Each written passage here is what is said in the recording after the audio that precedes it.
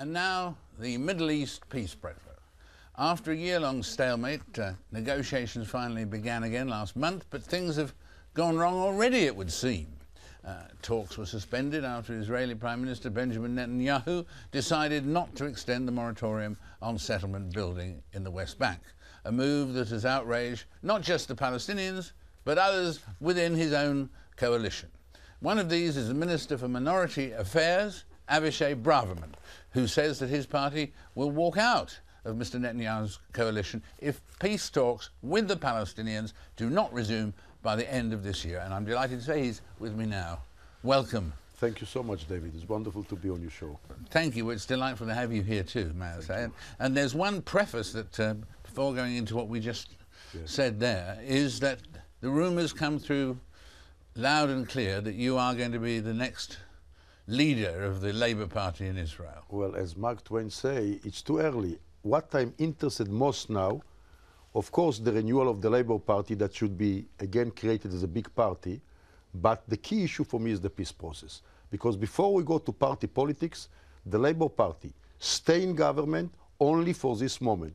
And I told the Prime Minister that after the election, November 2nd, when Obama will be available, we have to go to the heart of the matter. Yes, we have to continue the freeze on settlement for 4-6 months, allow a certain commission for acceptance, by exception by Palestinian Israelis, some minor construction, some allowance for the Palestinian, and go for the two issues that will guarantee the survival of the state of the Jewish people and the success of Palestine: borders and security arrangement. If that will take place, of course, the Labour Party will give backing to Netanyahu that can be historical leader. If for some reason it's not moving that direction, I don't want to threat, but the outcome is very clear. The outcome without... The outcome, the Labour Party cannot be in a coalition where the peace process doesn't move forward bravely, because it's the interest of Israel to move forward. For many years I've been saying that Israel should adopt the Arab Peace Initiative boldly, because essentially the key issue are the borders.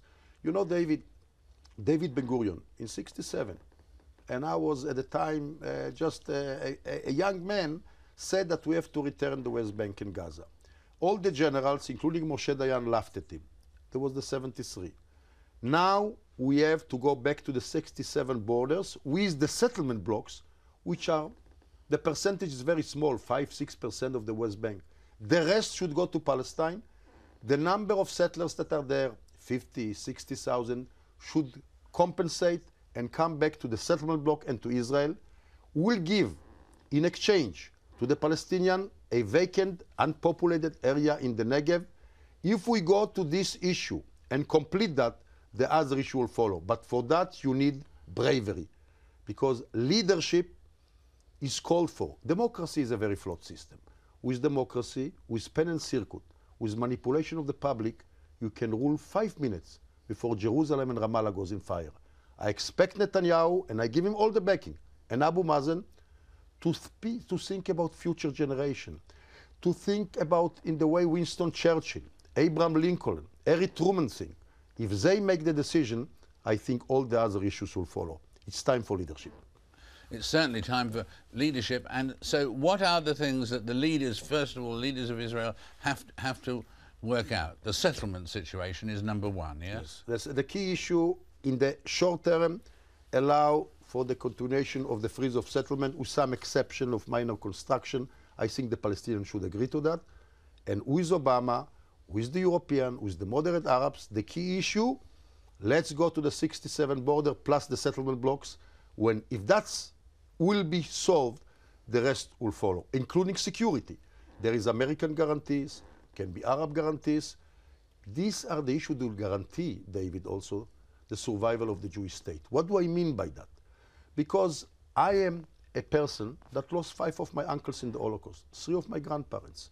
I believe strongly that we have always to aspire for 2 states for 2 people. Because if we don't withdraw from most of the West Bank, eventually the United Nations will declare 1 state west of the Jordan River.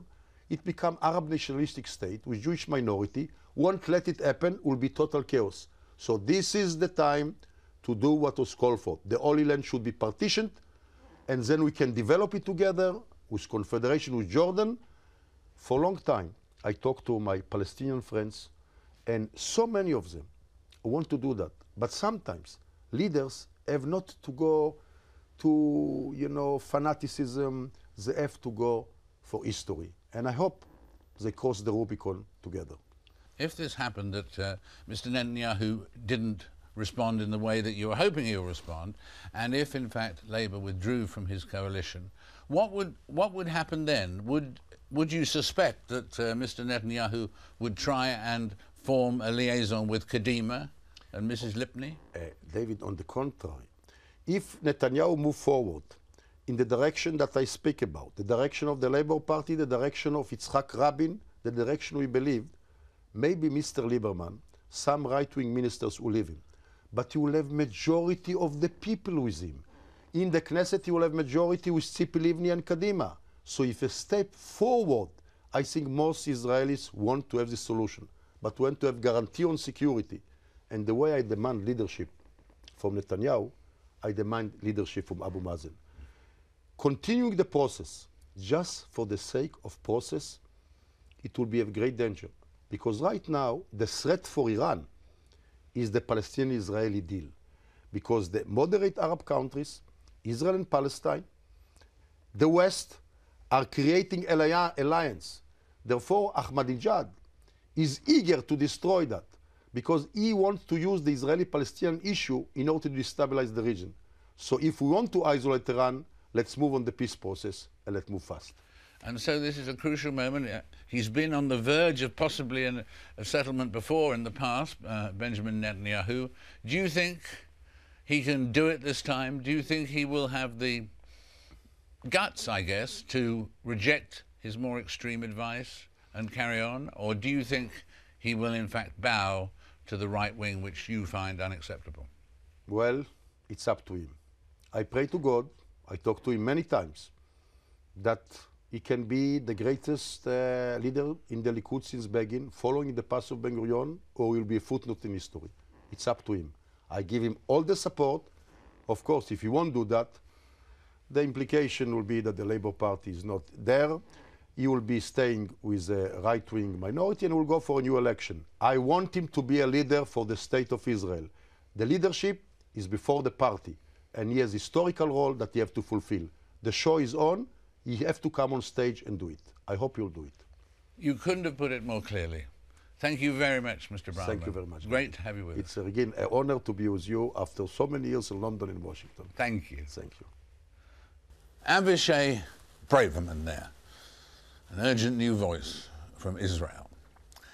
This week here in the United Kingdom, the Chancellor of the Exchequer, the Finance Minister, that is, of course, George Osborne, announced plans for huge cuts in government spending, 81 billion in cuts, 81 billion in the next 4 years, in sharp contrast in France, where the proposed cuts have brought strikers onto the streets and forced the country into almost a standstill.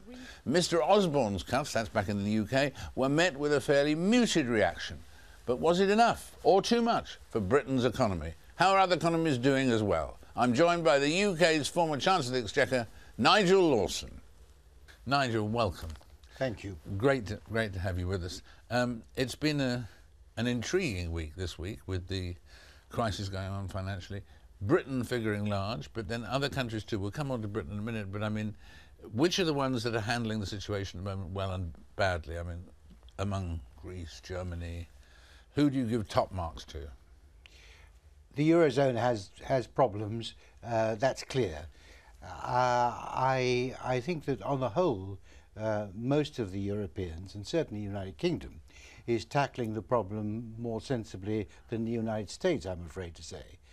There is also, of course, the great success in the Far East and in Asia generally, with China and India still powering ahead despite the world recession and all the problems with the banks and so on.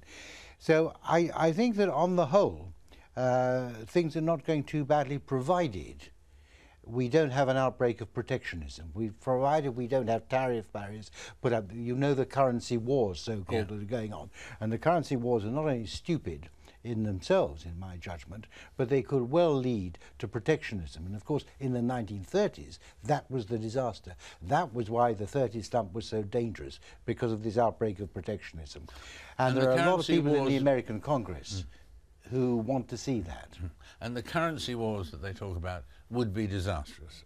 I think if they explored further. That's right. If the Americans, for example, were to say, well, because you, the Chinese, are not prepared to revalue your currency upwards, we are going to put tariff barriers against your exports, then the Chinese would retaliate, other countries would be involved, and you would get a vicious circle of protectionism which would damage world trade, damage globalization. Globalization presents problems, but it's been a huge benefit to the world. When I was Chancellor, it hardly existed. It has now meant that hundreds of millions of people in China and India can improve their living standards hugely because of the globalization, because of the freedom of capital movements, because of the freedom of trade and the change in the Chinese economy. If that were to be arrested, it would be a disaster.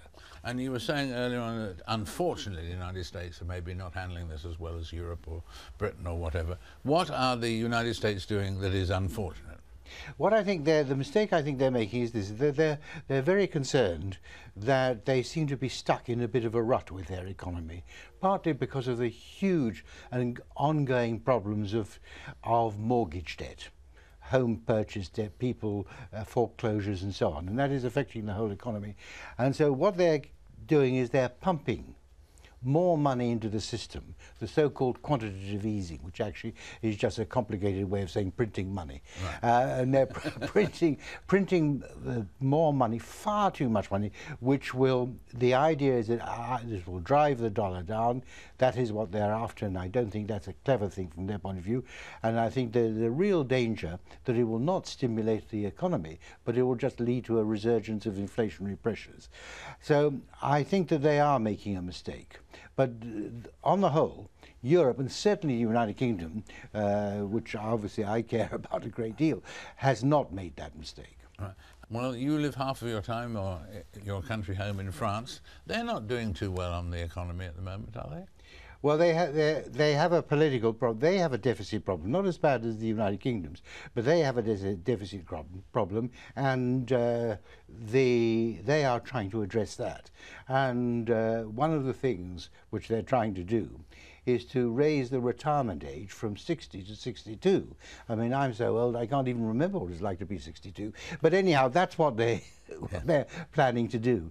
And the unions are striking all the time, and the students have now come out in support of the unions. Various others have taken to the streets in the time-honored French fashion.